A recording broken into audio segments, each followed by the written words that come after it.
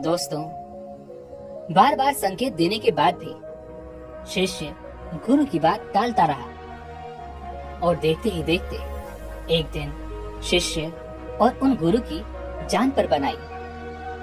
शिष्य ने गुरु से कहा, हे गुरुवर, ये मेरी गलती है और मेरी ही गलती के कारण ये सब हो रहा है।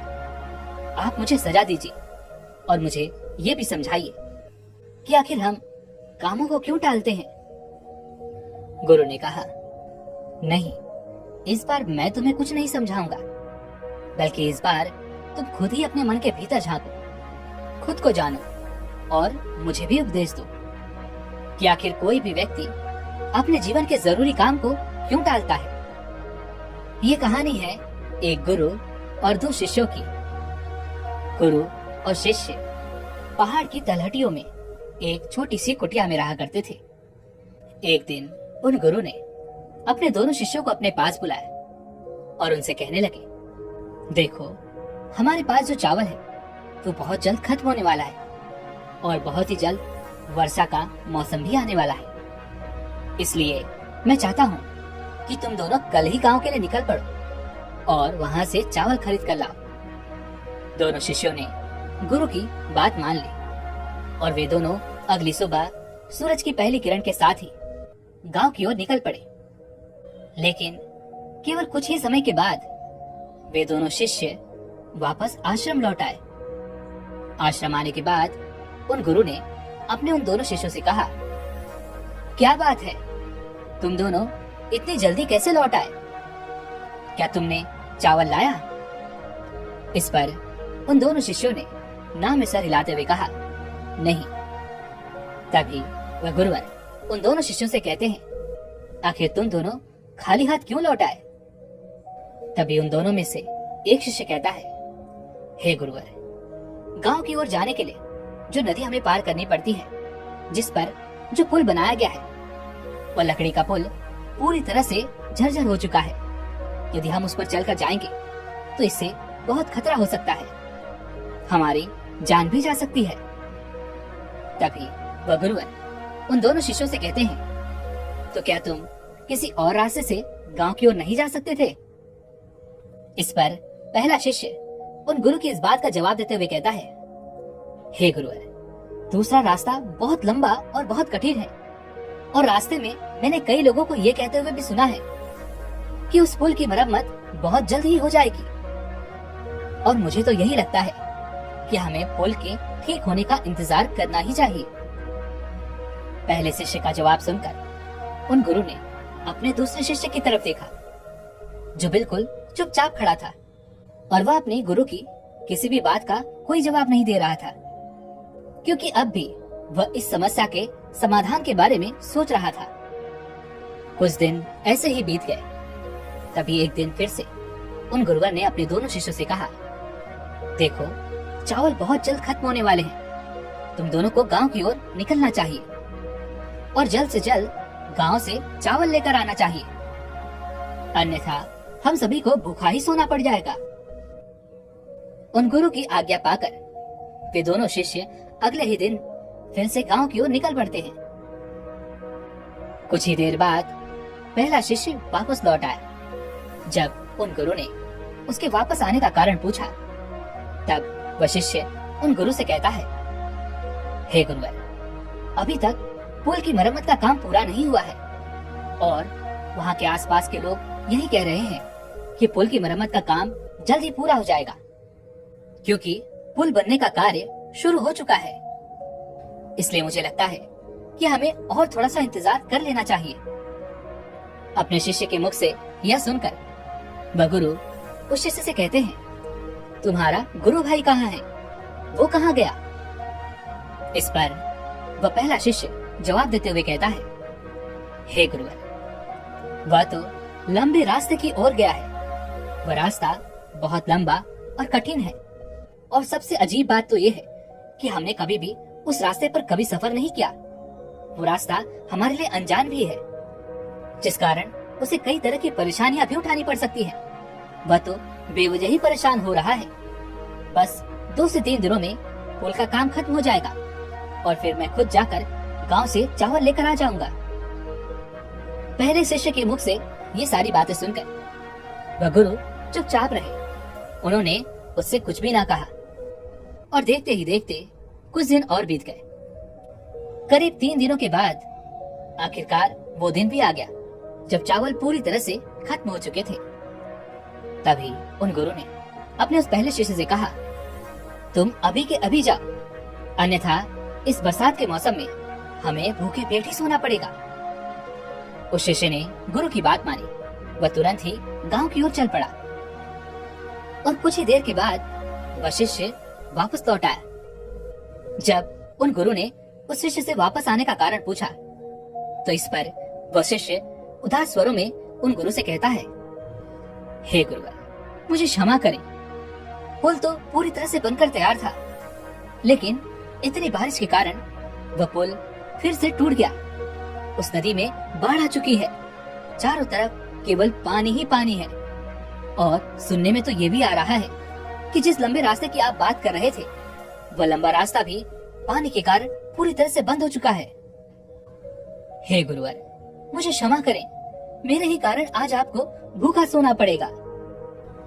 उस रात वह शिष्य और गुरुवर दोनों ही भूखे सो गए और उस दिन के करीब 2 दिनों बाद वह दूसरा शिष्य गांव से वापस लौट आया। वह शिष्य अपने साथ चावल के साथ और भी बाकी सामान भी लेकर आया था। यह देख पहला शिष्य तुरंत दौड़ता हुआ उन गुरु के पास गया और उनसे कहने लगा, हे गुरुवर, मुझे क्षमा करें, लेकिन मेरी ही गलती के कारण आपको 2 रातों तक भूखा सोना पड़ा। लेकिन अब ऐसा नहीं होगा।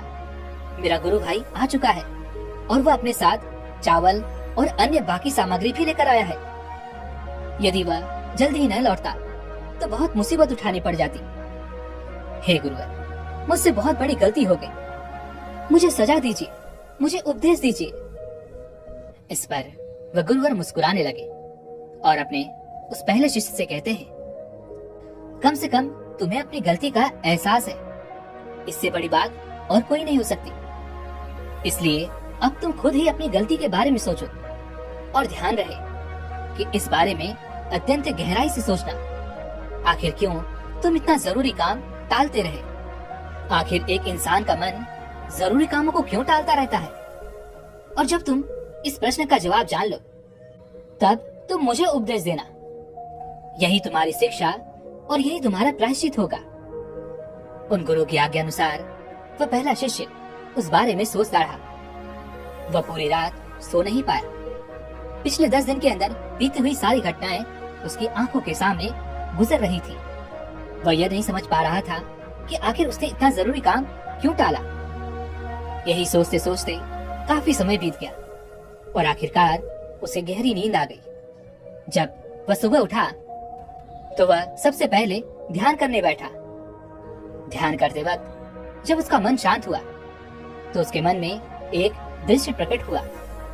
उस शिष्य ने देखा जीवन शक्ति अर्थात उसके गुरु जो उसे बार बार यह संकेत दे रहे थे कि उठो, आगे बढ़ो, इस कार्य को पूरा करो। लेकिन वह तो केवल बाहरी कारण ही देखता रहा, अर्थात वह नदी जिसमें बाढ़ आने के कारण वह पुल पूरी तरह से तहस नहस हो चुका था, जिन पर कभी भी भरोसा नहीं किया जा सकता। वह तो झूठी उम्मीद लगाए बैठा था कि यह पुल जब तैयार हो जाएगा तब वह गांव जाकर चावल ले आएगा। और चावल अर्थात वह समय जो दिन ब दिन घटता जा रहा था। और आखिर में उसे यह दिखाई दिया कि मैं ही वो इंसान हूँ जो अपने मन के वश में आकर इन जरूरी कार्यों को टालता रहा। वह तुरंत ही ध्यान से उठा और उसने सारी बातें जाकर अपने गुरु को बताई। इस पर वह गुरु मुस्कुराने लगे और उन्होंने अपने उस शिष्य से कहा, यह तो बहुत अच्छी बात है, तुमने सूक्ष्म दृष्टि से इस ज्ञान को अर्जित किया है, इसलिए तुम और ध्यान में गहरे उतरो, तुम्हें अवश्य ही इस प्रश्न का जवाब मिल जाएगा। शिष्य एक बार फिर से बैठकर यह सोचने लगा कि चावल लाना अत्यधिक जरूरी काम था, फिर भी मैं उस कार्य को क्यों टालता रहा।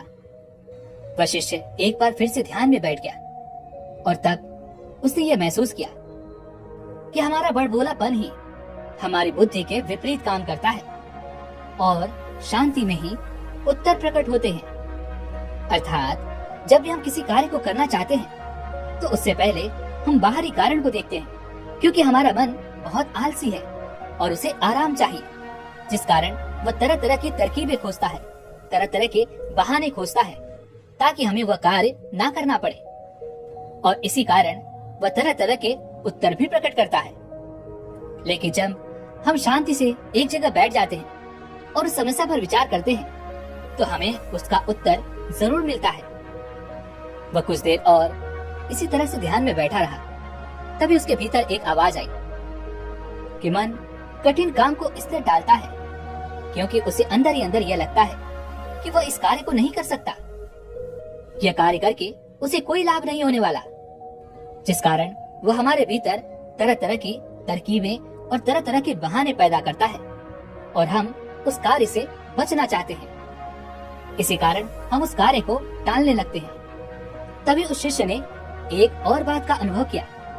वह मन ही मन यह सोच रहा था कि जिस लंबे रास्ते की बात गुरुवर कर रहे हैं वह रास्ता तो बहुत कठिन और लंबा है।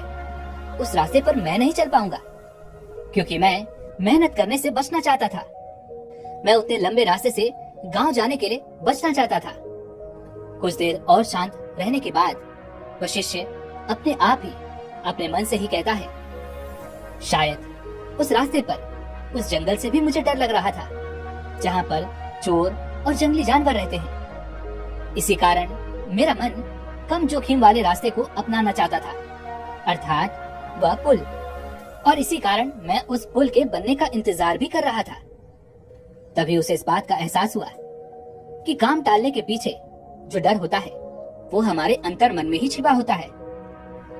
ध्यान में और गहराई में उतरने की वजह से उस शिष्य ने एक और साफ साफ दृश्य देखा।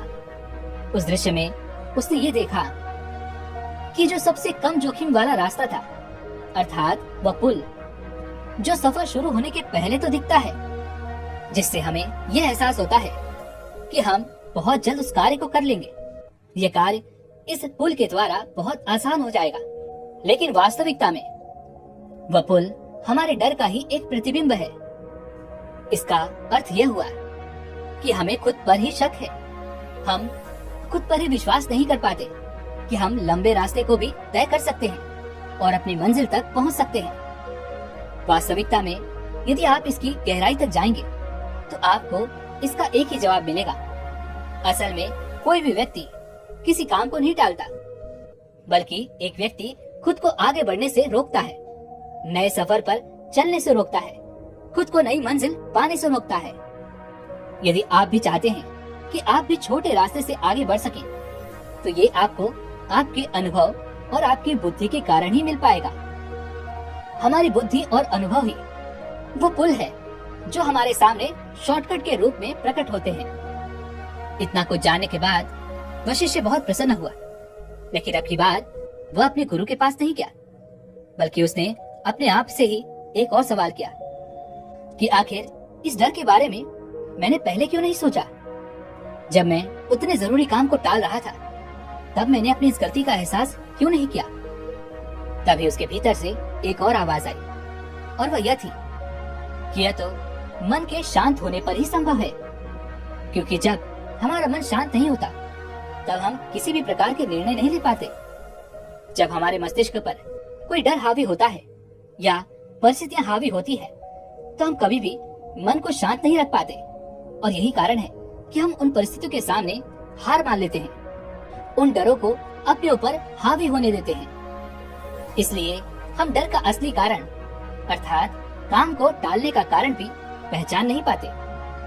तभी उस शिष्य ने खुद से ही कहा, यदि मैं उस डर का कारण समझ जाता तो मैं उस दूसरे शिष्य के साथ जरूर जाता, या फिर किसी और व्यक्ति को लेकर मैं चावल की खरीदारी के लिए अवश्य जाता, लेकिन इस कार्य को कभी न टालता। इतना कुछ जान लेने के बाद वह शिष्य अपने गुरु के पास पहुंचा और उसने अपने गुरु से कहा, हे गुरुवर, 2 दिनों तक शांत रहने के बाद मैंने इस प्रश्न का जवाब जान लिया है कि आखिर मेरे काम टालने के पीछे क्या कारण था। इस पर वह गुरुवर उस शिष्य से कहते हैं तो तुमने क्या जाना? इस पर वो शिष्य कहता है, हम मनुष्य के भीतर किसी भी काम को करने से पहले मन के भीतर एक डर होता है और उसी डर के कारण हम किसी भी कार्य को टालते हैं और इसी कारण हम किसी भी कार्य को करने से बचना चाहते हैं। लेकिन अगर हम इस कार्य को करना है तो हमें शांत रहकर अपने मन से इस डर को निकालना होगा, तभी हम उस कार्य को आसानी से कर सकेंगे। तभी हमारे अंदर वो क्षमता और वो शक्ति भी जागृत होगी जिससे हम बड़ी से बड़ी मंजिल भी प्राप्त कर सकते हैं। इस पर वह गुरु मुस्कुराने लगे और शिष्य से कहते हैं, अच्छा तो ठीक है, अब मुझे ये बताओ कि काम टालने की इस आदत से हमें मुक्ति कैसे मिलेगी? गुरु का यह प्रश्न सुनकर वह शिष्य वहीं पर शांत बैठ गया और कुछ देर शांत रहने के बाद उसने गुरु के इस प्रश्न का जवाब देते हुए कहा, हे गुरुवर, डर का असली कारण अहंकार है और जब तक अहंकार है तब तक एक इंसान सीमित अवस्था में ही सोच सकता है और तब तक इसे किसी न किसी प्रकार का डर बना ही रहेगा और इसी कारण कोई भी व्यक्ति अपने आप को खुद ही आगे बढ़ने से रोकता रहेगा। किंतु जितना हमारा मन शांत होता जाएगा उतना ही हम अपनी सांसों के प्रति सचेत होते जाएंगे और उतनी ही आसानी से हम अपने ऊपर हावी हुए उस डर को भी देख पाएंगे और उतनी ही आसानी से हम उस काम को टालने से बच भी पाएंगे। अपने शिष्य के मुख से यह जवाब सुनकर वह गुरु मुस्कुराने लगे। उनके चेहरे पर एक हल्की सी मुस्कान आ गई। उसके बाद वो वहां से चले गए। वह शिष्य भी इस बात से पूरी तरह से संतुष्ट था। वह अपने जवाब से पूरी तरह से संतुष्ट था। उसने उन गुरु को प्रणाम किया और वापस अपने कमरे की ओर चल पड़ा। दोस्तों, जब हमारा अहंकार नियंत्रण में नहीं होता तब हम भी इसी प्रकार की गलतियां करते हैं। तब हम भी डर के साए में जीते हैं और यदि आप भी इस डर से निकलना चाहते हैं, अपने आप को इस डर से मुक्त करना चाहते हैं और अपने बड़े से बड़े लक्ष्य को प्राप्त करना चाहते हैं, तो आप हमारी ज्यादा सोचने वाले लोग ये वीडियो देख सकते हैं, जिसके अंदर आपको ये समझ में आएगा कि आपका एक निर्णय लेना कितना महत्वपूर्ण होता है, जिससे आपका पूरा जीवन संवर सकता है। आप अत्यधिक सोचने की बीमारी से बच सकते हैं और अपने डर पर काबू पा सकते हैं। इसी के साथ में उम्मीद है कि आपको आज की वीडियो जरूर पसंद आई होगी, तो लाइक और शेयर करने के साथ चैनल को सब्सक्राइब और घंटी बटन को जरूर दबा दीजिएगा। चलिए फिर मिलते हैं इसी और वीडियो में, तब तक के लिए अपना ख्याल रखें। धन्यवाद।